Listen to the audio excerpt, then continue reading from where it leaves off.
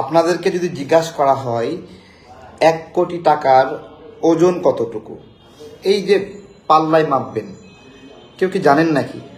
যাদের অনেক টাকা একসঙ্গে ব্যাংক থেকে ওঠান তারা বলতে পারবেন। ঠিক এইভাবে 100 কোটি টাকা কতটুকু পরিমাণ, এটা কোনো ব্যাগে ধরে? অথবা 150 কোটি টাকা, নাহিদের পিএ 150 কোটি টাকা লুটপাট করেছে নগদ থেকে। এই যে আমাদের নগদ অ্যাকাউন্ট, আমরা যে এটাতে টাকা রাখি, এখান থেকে 150 কোটি টাকা নাহিদ বলতেছে সে যখন ছিল তখন না, এখন। একটা ঘটনা বলি, আমাদের একজন সহযোদ্ধার নামে বেশ কিছু মামলা আছে। সেই মামলাগুলো উইথড্র করার বিষয়ে আমি আমার সহযোদ্ধারা মিলে আসিফ নজরুল স্যারের কাছে গিয়েছিলাম। ওই সময় নাহিদ, তারপরে মাহফুজ আলম এবং আসিফ নজরুল স্যার একসাথে কথা বলছিলেন। তখন কিন্তু নাহিদ উপদেষ্টা পদে নাই, কিন্তু সরকারের ব্যবস্থাপনা নিয়ে নাহিদ আলোচনা করছেন। তখন বুঝলাম যে নাহিদ উপদেষ্টা পদ থেকে সরে গেলেও সে সরকার থেকে আসলে সরে নাই। এটা একটা লোক দেখানো ভাওতাবাজি, বেসিক্যালি সেই নিয়ন্ত্রণ করছে। গত কয়েকদিন আগে এনসিপির সদস্য সচিব আক্তারের দুর্নীতি নিয়ে কথা বলেছিলাম। আক্তারের দুর্নীতিটা কি ছিল? আমাদের সংগঠনের একজন নারী সহযোদ্ধা, তিনি এই জুলাই গণঅভ্যুত্থানে অনেক ভূমিকা রাখছেন। তার সন্তান এখানে চাপাতির কোপে মাথা ফাঁক হয়ে গিয়েছিল এবং তাকেও যুবলীগ, আওয়ামী লীগ অনেক হামলা করছে, হ্যারাসমেন্টের শিকার হয়েছেন। তো ওনার সন্তানকে প্রথমে চায়না নেওয়া হলো, সেখান থেকে সিঙ্গাপুরে নেওয়া হলো চিকিৎসার জন্য। তো আল্লাহর রহমতে সেই সন্তান বেঁচে আছে। সে আমাদের ছাত্র সংগঠনের একজন দায়িত্বশীল ছিল। তো আপু একদিন আমাদেরকে বললেন তিনি কোর্টের নারী বিষয়ক পিপি হতে চান তার জেলায়। তো আমরা বললাম যে ঠিক আছে, এটা হবেন, কিন্তু আমরা কিভাবে করব, আমরা তো এটা করতে পারি না। কয় না, সব দল নিচ্ছে, আপনারা নিতে পারবেন না। সব দল থেকে হচ্ছে, বিএনপি থেকে, জামাত থেকে, এনসিপি থেকে, সব দল থেকে হচ্ছে, আপনারা হতে পারবেন না। তো আমরা বললাম আমাদের তো এই ক্ষমতা নাই। তো আপু অনেকটা কান্নাকাটি করলেন যে এই দল করে কি হবে, এরকম এরকম বিভিন্ন বিষয়। তো তখন ফারুক হাসান ছিল আমাদের সাথে, সে আমাকে বললো তারেক ভাই চলেন যাই।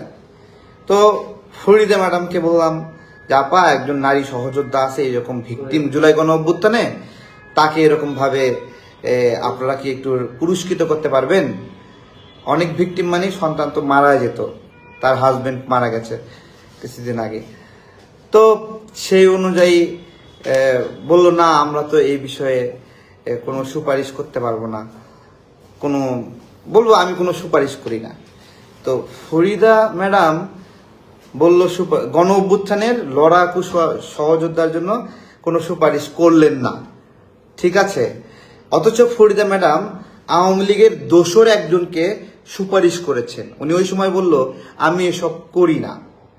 জুলাই গণ অভ্যুত্থানে ক্ষতিগ্রস্ত কারোর জন্য সুপারিশ করেন না, কিন্তু আওয়ামী লীগের দোসরের জন্য ফরহাদ মাজার সাহেবের বউ একজনকে সচিব আমলা হিসেবে সুপারিশ করলেন, ঠিক আছে। তো আমরা তো যেতে গেছি ওটা তো বিনা পয়সায়, হ্যাঁ, একজন ভিকটিমের বিষয়ে কথা বলতে গেছি। আসিফ নজরুল স্যারের অনেক বুঝায় বললাম যে এরকম একটা ভিকটিম আছে, তাকে রেওয়ার্ড দেওয়া যায় কিনা।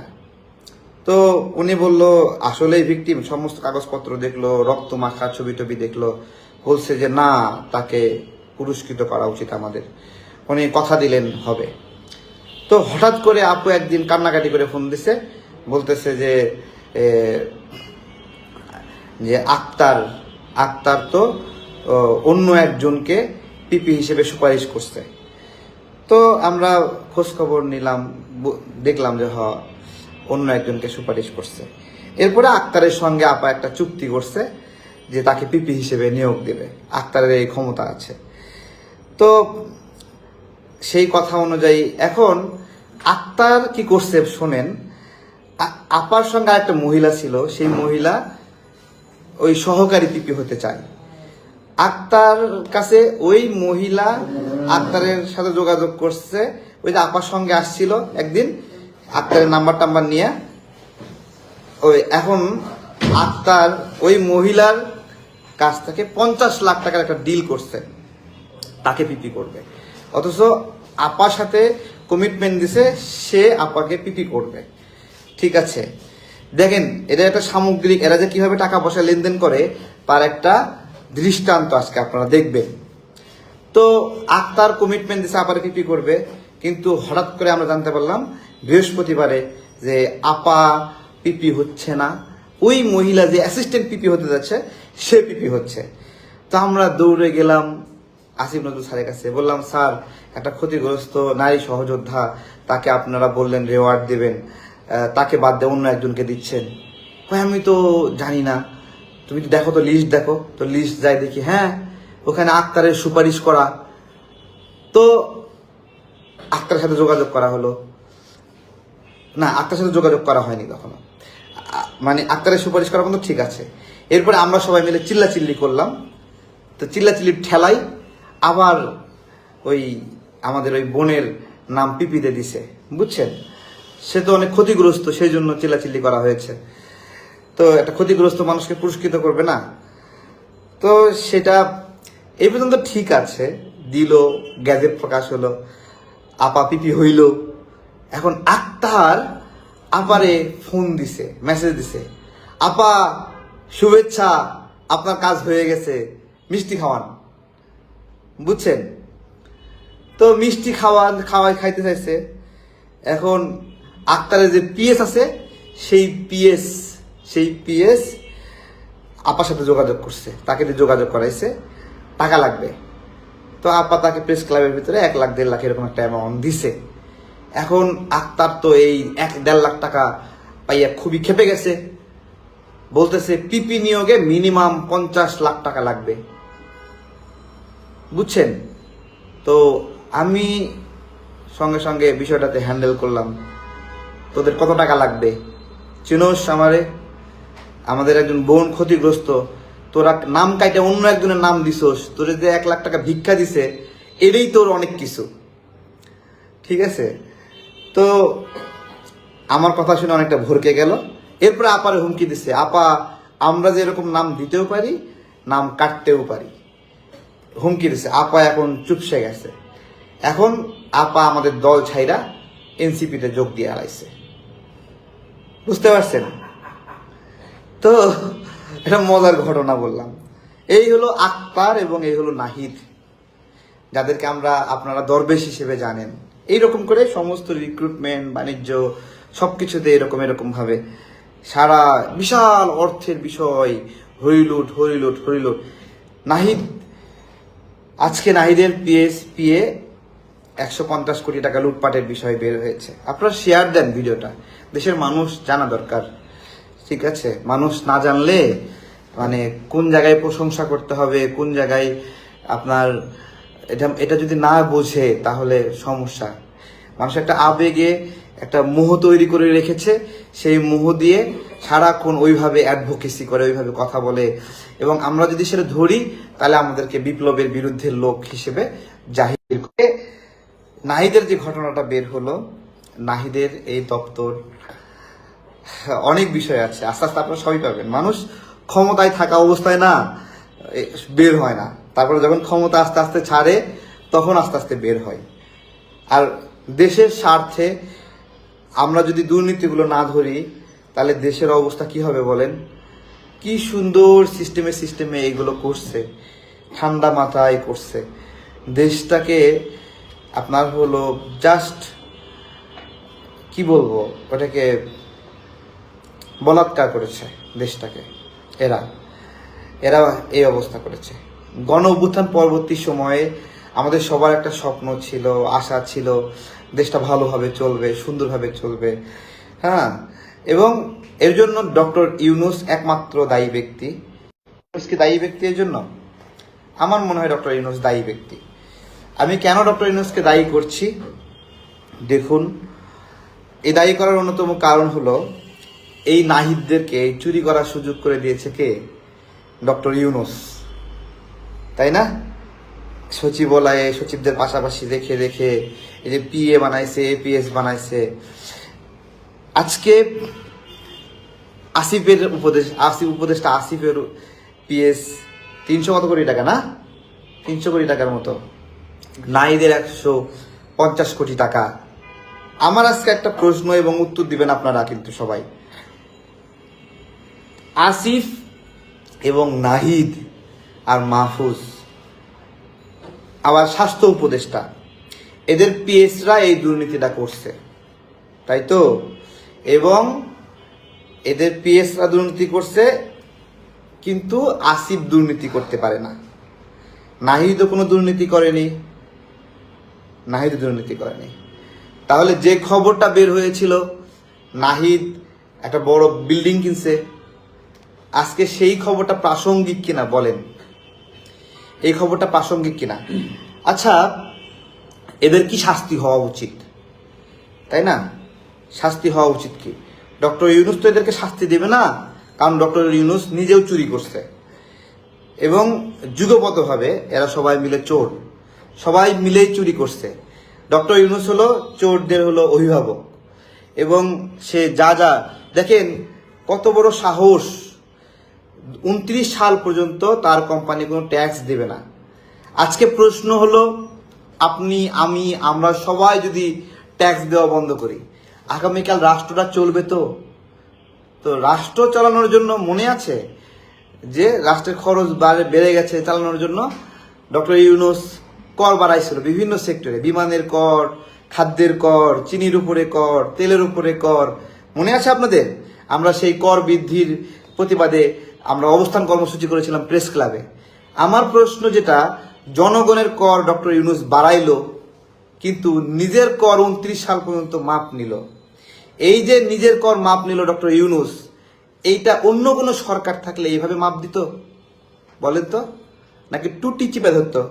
তাহলে এইটাই তো হলো একটা অসঙ্গতি, যে অন্য সরকার থাকা অবস্থায় যেটা ছাড় পাওয়া যায় না, উনি নিজেই যখন ক্ষমতায় ছিলেন তখন ছাড় পাওয়া যায়, সেটাই হলো দুর্নীতি, এটাই হলো ক্ষমতার অপব্যবহার। এই জায়গা থেকে অনেক দালালরা এসে হাজির হবে, সেই দালালরা এসে বলবে যে ব্যবসায়ী তো করছে, ব্যবসা করছে। শেখ হাসিনা যখন প্রধানমন্ত্রী ছিল তার দ্বারা এই ধরনের ব্যবসা মানায় না, বেগম জিয়া যখন প্রধানমন্ত্রী ছিল তার দ্বারা এই ধরনের ব্যবসা মানায় না। বুঝতে পেরেছেন? যে রাষ্ট্রের মালিক, প্রত্যেকটা ঘর তার, প্রত্যেকটা ব্যবসা তার, তার আলাদাভাবে ব্যবসা করার অধিকার নাই। রাষ্ট্রের যে সর্বোচ্চ নির্বাহী, হ্যাঁ, সে যে ব্যবসাটা করবে ওই ব্যবসাটা রাষ্ট্রের নামে করবে। তো এইটা গ্রামীণ ফোনের কিস্তি কালেকশন করে কিছু দালাল আছে, এই যে দেখছেন দালাল দালাল দালাল, ধর এদেরকে, ধরে ধরে এদেরকে মানে কিল দিতে হবে, কিল। এখানে এসে গালিগালাজ করতেছে দালালগুলা, কিস্তি কালেকশনের দালালগুলা এসা আজকে শয়তানি করতেছে। আমরা সমালোচনা করলে আমাদেরকে বিচ্ছু বাহিনীর মতো ধরে। সারা দেশে লাখ লাখ কিস্তি কালেকশনের দালালগুলো আছে, যে দালাল একটা এই কমেন্টে যে বাজে কমেন্ট করছে, ঠিক আছে? আরে চুরি করছে হলো নাহিদের পিএস। হ্যাঁ, তুমি আমারে গালি দাও কেন? হ্যাঁ, দালালি করো এখানে না? এক একজন দেখেন, অনেকে আবার ডক্টর ইউনূসের ছবি দিয়ে রাখছে। শেখ হাসিনার সময়ে এরা 50,000 কোটি টাকা কর জালিয়াতি করছিল। শেখ হাসিনা যখন এদের চুরি ধরছে, তখন আমরা বলছি শেখ হাসিনা যেহেতু খারাপ মানুষ, যেহেতু সে ডক্টর ইউনূসের কষ্ট দিচ্ছে, তাই ডক্টর ইউনূসের পক্ষে দাঁড়াতে হবে। কিন্তু আসলে যে ডক্টর ইউনূস কর ফাঁকি দিছে, সেটা নিজে যখন ক্ষমতায় বসলো, নিজে তো কাগজে কলমে লিখা নিল 29 সাল পর্যন্ত সে কর দেবে না। এই যে কিস্তির লোকগুলো আসছে, দালালগুলো আসছে, এই কিস্তির লোকগুলো আমাদের রাজনৈতিক কর্মীদেরকে আইসা হ্যারাসমেন্ট করতেছে। হ্যাঁ, মনে হয় ওরাই সরকারে বসে আছে, যে সরকার বানাইছে গ্রামীণ ব্যাংক, এই সরকার বানাইছে। হ্যাঁ, গ্রামীণ এনজিও সরকার বানাইছে, সবাই মিলে তার পক্ষে এসে সেখানে অ্যাডভোকেসি করতেছে। আমরা রাজনীতি করি, রাজনৈতিক ময়দানে লড়াই সংগ্রাম করে এখানে দেশের জন্য কাজ করি, দেশের জন্য জনমত তৈরি করি, আর এই কিস্তি কালেকশনের লোকগুলো এখানে এসে আমাদেরকে হ্যারাসমেন্ট করতেছে। ডক্টর ইউনূসদেরকে লেলায় দিছে যে তোমরা এত লক্ষ লক্ষ আমার কর্মী আছো, তোমরা কি ঘাস কাটো আমাকে নিয়ে কথা বলে আইসে এখানে দালালি করতেছে। এই যে একটা দালাল, এনজিওর দালাল, কিস্তির দালাল, এগুলো ঠিক আছে। এরা সুদ কালেকশন করে, এদের সুদে মানুষ দিশেহারা, এবং এদের সুদ এবং ঋণ দ্বারা বাংলাদেশের মানুষের কোনো উপকার কোনোদিন হয়নি। কেউ বলতে পারবে না, কেউ বলতে পারবে না, এদের সুদের ফাঁদ থেকে কেউ বের হতে পারে না। কত নির্মম ঘটনা আছে, টিন খুলে নিয়ে গেছে, বাড়ির থেকে গামলা প্লেট হাড়ি বাতিল নিয়ে গেছে, অনেক গল্প আছে। হ্যাঁ, রক্ত পানি করে মানুষের কাছ থেকে টাকা নিচ্ছে, টাকা শোধ করে 3 গুণ 4 গুণ শোধ করেও কোনোদিন টাকা শোধ হয় না। এই হলো এই যে এরা এসে এখানে কমেন্ট করতেছে, এই সুদ কালেকশনের দালালগুলো এসে কমেন্ট করতেছে এখানে। তো আমাদের লড়াই নিরন্তর, আমরা এই দুর্নীতির বিরুদ্ধে বলে যাব। এই সরকারের প্রতি মানুষের যে আস্থা ও বিশ্বাস ছিল, সেইটা তারা লুটপাট দ্বারা, চুরি বাটপাড়ি দ্বারা। আজকে আপনাদেরকে বলি, সচিবালয়ে একটা 5 কোটি টাকার চেক পাওয়া গেছিল, মনে আছে? 5 কোটি না, 3 কোটি টাকা, তাই না? 3 কোটি টাকার চেক পাওয়া গেছিল। সেই 3 কোটি টাকার চেকের বিষয়ে একটা তদন্ত কমিটি গঠিত হয়েছিল। সেই তদন্ত প্রতিবেদন এখনো প্রকাশ পায়নি, সময় দেওয়া ছিল 7 দিন। তো ডক্টর ইউনূস সংস্কার করবে, একটা তদন্ত প্রতিবেদনই প্রকাশ করতে পারে নাই চুরির। কেন করতে পারে নাই? কারণ ওদের প্রত্যেকে এরকম চুরির সঙ্গে জড়িত। এই চোরেরা, আমরা যারা দেশের জন্য কষ্ট করি, এদের হয়ে কিছু মানুষ এসে আমাদেরকে গালি দেয়, আমাদেরকে গালি দেয়। আমরা যারা একটা পয়সা ছুঁই না, অন্যায় পয়সা ছুঁই না, আমাদেরকে এসে গালি দেয়। আমরা যারা হাড় ভাঙা পরিশ্রম করে ইনকাম করি, পাশাপাশি রাজনীতি করি, আমাদেরকে এসে গালি দেয়। এই গ্রামীণ কিস্তি কালেকশনের লোকগুলো আজকে তাদেরকে নামায় দিয়েছে ডক্টর ইউনূস। হ্যাঁ, কতগুলো দুর্নীতির বিষয় বের হয়েছে, কোনো দুর্নীতির বিষয়ে কোনো পদক্ষেপ নেওয়া হয় নাই। আসিফের প্রশাসন নিয়োগে জালিয়াতি প্রকাশ পেল, এনসিপির ভাইবা নাই। হ্যাঁ, দেখেন, সরকারের পক্ষ থেকে প্রশাসক নিয়োগ দেবে একটা রাজনৈতিক দল, তাদের কার্যালয়ে ভাইবা নেবে কেন? ওই যে দেখবে কে কত টাকা দেবে। চিন্তা করতে পারেন, এদেরকে ফায়ার করা দরকার, ক্রস ফায়ার দেওয়া দরকার, এই চোরগুলোকে, এই জালিয়াতগুলোকে। এই সরকারের মেয়াদ শেষ হবে, একটা একটা করে ধরে আমরা জেলে ভরবো, কথা দিলাম। এই একটা দুর্নীতি একটা পার পাবে না, পা থেকে মাথা পর্যন্ত সবাইকে। একটা ঘটনা বলি, ছবিটা দেখালে আপনার হলো খারাপ লাগবে। দেখাবো? দেন তো মোবাইলটা, মোবাইল দেন তো, ইন্টারনেট আছে এরকম, দেখাই। হ্যাঁ, যে দুর্নীতিগুলো করছে এগুলোর জন্য নির্ঘাত কি অবস্থা হবে জানেন? দেখাচ্ছি। এই তো এদের অবস্থা হবে এই যে অং সাং সুকির মতো। কই আছে এখন? জেলে আছে, বুঝছেন? এই দুর্নীতিগুলো জেলে যাবে, ডিরেক্ট জেল হবে। যেই অন্যায় সুবিধাগুলো নিছে না, এই যে 29 সাল পর্যন্ত কর ফাঁকি, এগুলোর জন্য জেল হবে। কত বছরের জেল কর ফাঁকির জন্য? যাই না, 7 বছর অন্তত হওয়া উচিত, তাই না? ভালো থাকবেন।